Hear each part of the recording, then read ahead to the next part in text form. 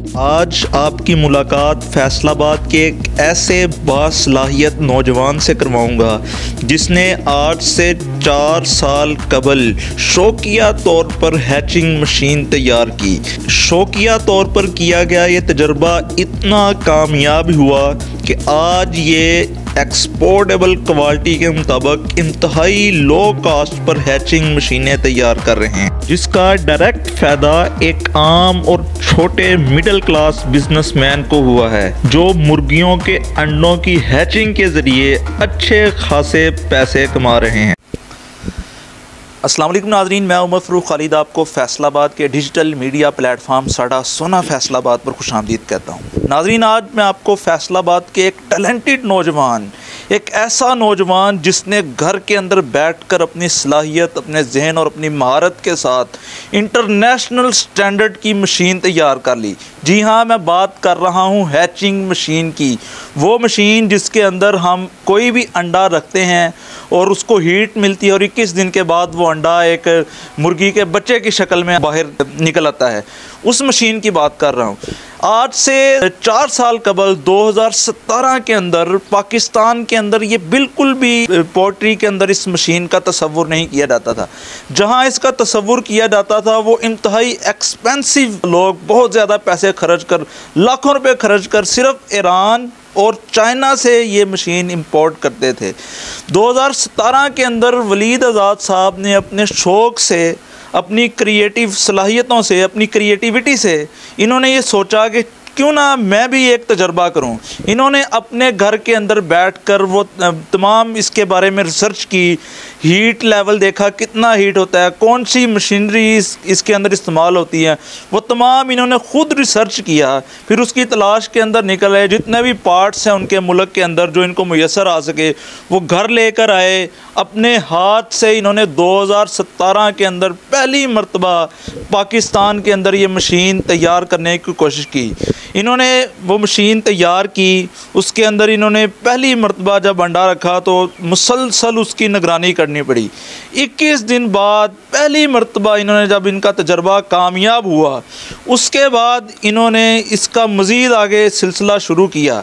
आज 4 साल गुज़रने के बाद जिनमें इनको इनकी मुख्तलिफ़ रुकावटें आई, मुख्तलिफ़ इनको सीखने का मौका मिला, लोगों का फ़ीडबैक मिला, जिसके बाद इन्होंने अपनी मशीनरी को मज़ीद इम्प्रूव करते रहे। आज 2021 के अंदर ये हैचिंग मशीन इंटरनेशनल स्टैंडर्ड की हैचिंग मशीन तैयार करने में कामयाब हो गए हैं। जो मशीन इंतहाई एक्सपेंसिव, महंगी थी, वो इंतहाई कम रेट के ऊपर आम आदमी की जेब के मुताबिक ये तैयार करने में कामयाब हो चुके हैं। हम वलीद आज़ाद साहब से इनकी स्टोरी सुनेंगे और ये पूछेंगे कि जिस तरह हमने देखा कि वज़ीर-ए-आज़म पाकिस्तान ने कहा कि अंडों और मुर्गियों का काम किया जाए, ये कितना प्रॉफिटेबल काम हो सकता है, इनकी स्ट्रगल इस हवाले से क्या रही है, इनकी मशीन की नौइयत क्या है, किस मयार की मशीन है और ये किस तरह वर्क करती है और इसके अंदर कितना प्रॉफिट है, हम तमाम तफसीलात वलीद आज़ाद साहब से पूछेंगे। अच्छा वलीद भाई, इन दिनों ख़ास तौर पर हमने देखा कि वज़ीर-ए-आज़म पाकिस्तान ने आते ही कहा कि अंडों और मुर्गियों का कारोबार किया जाए, जिसको काफ़ी तनकीद का निशाना बनाया गया। आपने इस हवाले से काफ़ी वर्किंग की है, उस वक़्त से आप काम कर रहे हैं जब इसका तसव्वुर भी नहीं था। तो सबसे पहले जो आपकी मशीनरी, मैंने भी कुछ स्ट्रगल आपकी बताई, अपनी स्ट्रगल के बारे में कुछ लोगों को अपनी ज़ुबानी बताएँ। जी, ऐसे है कि अपनी स्ट्रगल के बारे में मैं शॉर्ट सी स्टोरी आपको बता देता हूँ कि आज से 4 साल पहले 2017 में इस चीज़ का कॉन्सेप्ट पूरे पाकिस्तान में नहीं था, लेकिन बहुत ही हाई लेवल पे बहुत ही एक्सपेंसिव मशीनें थीं और उसमें ये था कि एक आम बंदा इस मशीन की पहुँच से दूर था। तो हमने क्या किया कि ये हिसाब लगाया कि मशीन जो है वो पाकिस्तान में बनाई जाए और इसको क्रिएट किया जाए और एक आम बंदे की पहुंच में इस मशीन को पहुंचाया जाए। उसमें ये था कि मैंने फिर गूगल सर्च किया, गूगल बाबा से हर चीज़ मिल जाती है। वहाँ पे हमें कुछ स्टोरीज़ मिली, वहाँ से मशीनों के कुछ ट्रक्स मिले, क्योंकि ये पहले सिर्फ चाइना और ईरान में ये चीज़ें बनाई जाती थी और इंपोर्ट की जाती थी और वो बहुत ज़्यादा एक्सपेंसिव थी, उसमें बहुत ज़्यादा कार्गो भी डल जाता था। तो तो आम बंदे की बिल्कुल पहुंच से बाहर था। फिर मैंने इस पर कुछ तजर्बात किए, मैंने बड़ी इस पर तगो-दो की और एक मशीन बनाने में कामयाब हुआ। उस वक़्त हमें पाकिस्तान में बहुत कम पार्ट्स अवेलेबल थे इसमें, जो इस वक्त इस्तेमाल हो रहे हैं और जो चाइना से अभी इंपोर्ट्स आ रही हैं। पहले ये सारा कुछ बहुत मुश्किल था। हमने मशीन को बनाया, उस पर मुख्तलिफ़ तजर्बात किए। अल्हम्दुलिल्लाह बहुत ज़्यादा स्टडी करने के बाद जब हमने पहली मशीन में अंडे रखे और अंडे रखने के बाद 21 दिन उसके आसपास हम फिरते रहे और एक दिन जब 21वें दिन उसमें से चूज़े निकल आए, तो उस वक्त जो हमारी खुशी का लेवल था वो बयान नहीं हो सकता। मैंने जब चूज़ा निकला तो मैं एक और काम करता था साथ में बिज़नेस, तो मेरे जितने भी दोस्त थे, कुलीग थे, मैंने सभी को गौर में से मिठाई लाकर जो वो सभी को खिलाई कि यार ये हमारा तजर्बा कामयाब हो गया। और वो जो खुशी का आलम था वो बयान नहीं किया जा सकता। उसमें ये है कि फिर हम इसको आहिस्ता आहिस्ता लेके मार्केट में आए, आते गए लोगों को इसकी चीज़ में बारे में बताते गए, लोगों को इस चीज़ का पता चलता गया।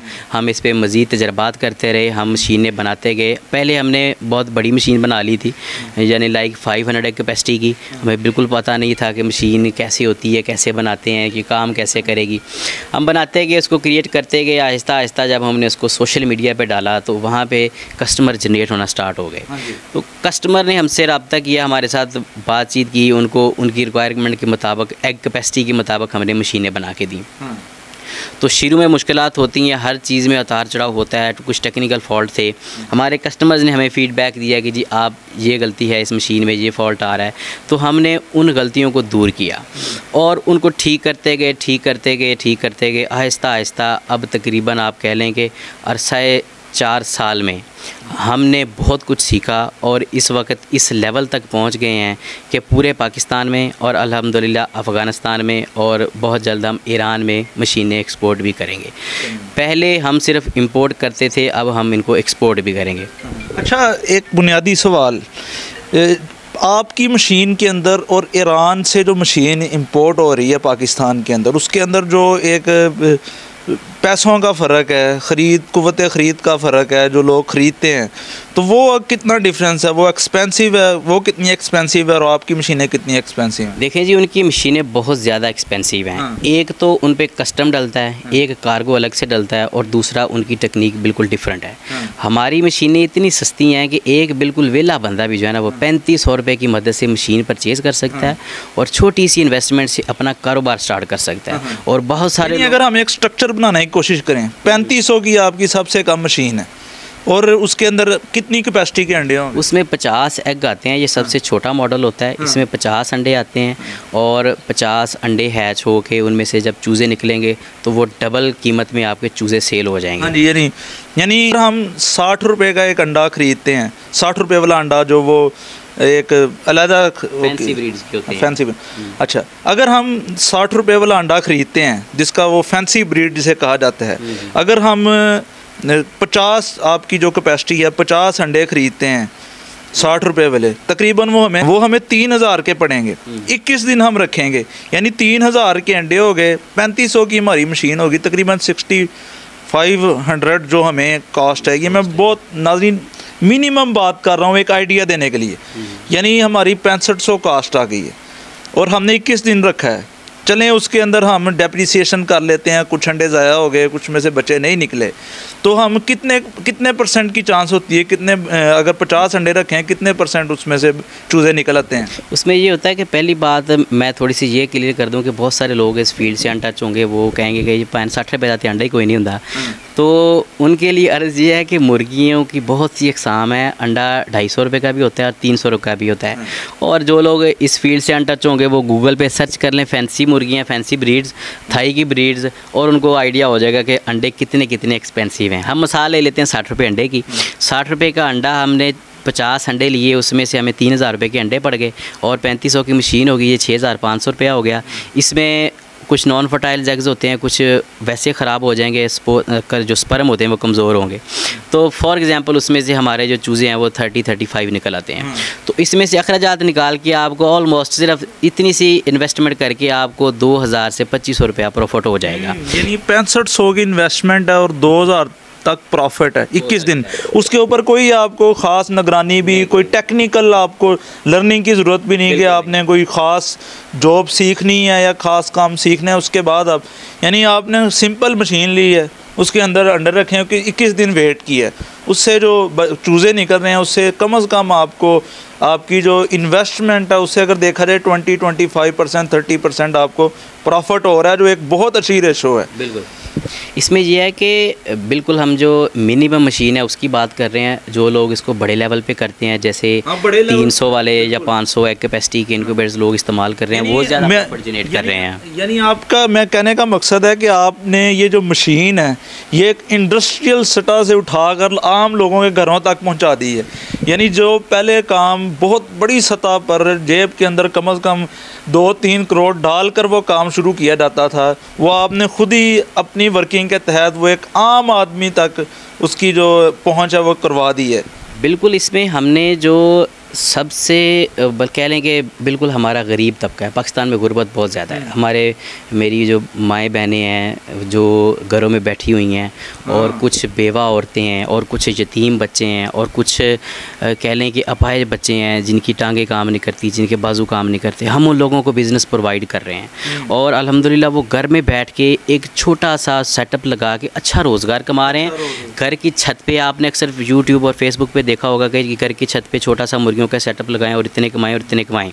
उसमें होता बिल्कुल होता है, लोग कमाते हैं। घर की छत पे कुछ मुर्गियां रखी होती हैं, उनमें से आपको अंडे मिलते हैं, अंडों से आप बच्चे निकलवाते हैं, और बच्चे निकलवा के आप आगे सेल करते हैं। इसमें इवन कीजिए आप कर लें, अगर बिल्कुल छोटे लेवल का अगर आप कहीं और पे काम भी करते हैं, बिज़नेस कर रहे हैं, जॉब कर रहे हैं, तो इसको एज ए पार्ट टाइम बहुत सारे लोग कर रहे हैं। उसमें क्या कहते हैं कि पानी जा रहे जो बिल किराया थे निकल आंदा वाना, तो उसमें बिल और किराया लोग निकालने के लिए इसको इस्तेमाल कर रहे हैं। जो बड़े लेवल पर करके हैं उनकी बात तो अलग है, लेकिन बिल्कुल हम छोटे लेवल की अगर बात करें तो बहुत सारे लोग इसको बिल किराए के पर्पज़ के लिए भी इस्तेमाल कर रहे हैं। इसमें आपको 21 दिन में कोई ज़्यादा तगो-दो करने की ज़रूरत नहीं है। ये नहीं है आपको इस मशीन चलाने के लिए पहले कोई कोर्स करना पड़ेगा, आपको 3 महीने किसी के धक्के खाने पड़ेंगे, फ़ीसें देनी पड़ेंगी, ऐसा कोई सीन नहीं है। आप कहीं से भी इनक्यूबेटर परचेज़ करें, हमसे या किसी और कंपनी से, वो आपको अल्हम्दुलिल्लाह समझा देंगे उसका तरीका इस्तेमाल कैसे होता है। वो आपको 1 से 2 दिन में सारा समझ आ जाएगा। आप बड़ी आसानी से उस मशीन को ऑपरेट कर सकते हैं, और इसकी मेंटेनेंस बड़ी आसान है। बाहर की मशीनें एक तो बहुत ज़्यादा एक्सपेंसिव हैं। पाकिस्तान की आम जनता जो कह लें आवाम है उसकी पहुंच से बाहर है, तो हर बंदा हर चीज़ इंपोर्ट नहीं करवा सकता। ये बड़े लेवल की बातें होती हैं। तो ये हमें फ़ोन पे लोग ऑनलाइन ऑर्डर करते हैं, पेमेंट्स करवाते हैं, जो भी मामलात होते हैं हम उनकी मशीन जो घर तक डिलीवर कर देते हैं। और वो लोग, उनके साथ कोई भी मुश्किल पेश आए तो वो हमारे साथ फील फ्री रब्ता कर सकते हैं। हमारी कस्टमर सपोर्ट जो 24 आवर काम में होती है, वो उनको जितना हो सके वो गाइड करते हैं। एक बात मैं इधर बता दूँ कि बिल गेट्स से किसी ने पूछा था कि अगर आप ये माइक्रोसॉफ्ट का और IT का काम ना करते तो क्या करते, तो बिल गेट्स ने ये कहा था कि अगर मैं IT का काम ना करता तो मैं पोल्ट्री का काम करता। ये सारी बातों का निचोड़ ये है कि बिल गेट्स इस वक्त दुनिया के बिलियनियर कह लें कि बंदा है, और उसके पास इतनी दौलत है कि हमारे जो कैलकुलेटर हैं उन पे एरर आ जाता है अगर उसकी एक दिन की कमाई को हम सरफ दें तो ये बात आप गूगल पे जाके सर्च कर सकते हैं कि बिल गेट्स के अल्फाज क्या थे, अगर आप ये ना करते तो क्या करते। उन्होंने कहा था कि मैं पोल्ट्री का काम करता। इससे आप खुद आइडिया लगा लें कि ये कितना प्रॉफिटेबल बिज़नेस है, और यही हमारे इमरान खान साहब का विज़न है। उन्होंने पिछले साल जो एक तहरीक लॉन्च की है, उन्होंने स्कीम लॉन्च की है कि आप गवर्नमेंट उनको मुर्गियाँ दे रही, सस्ते में दे रही है, आप अंडे जनरेट करें, आगे बच्चे सेल करें।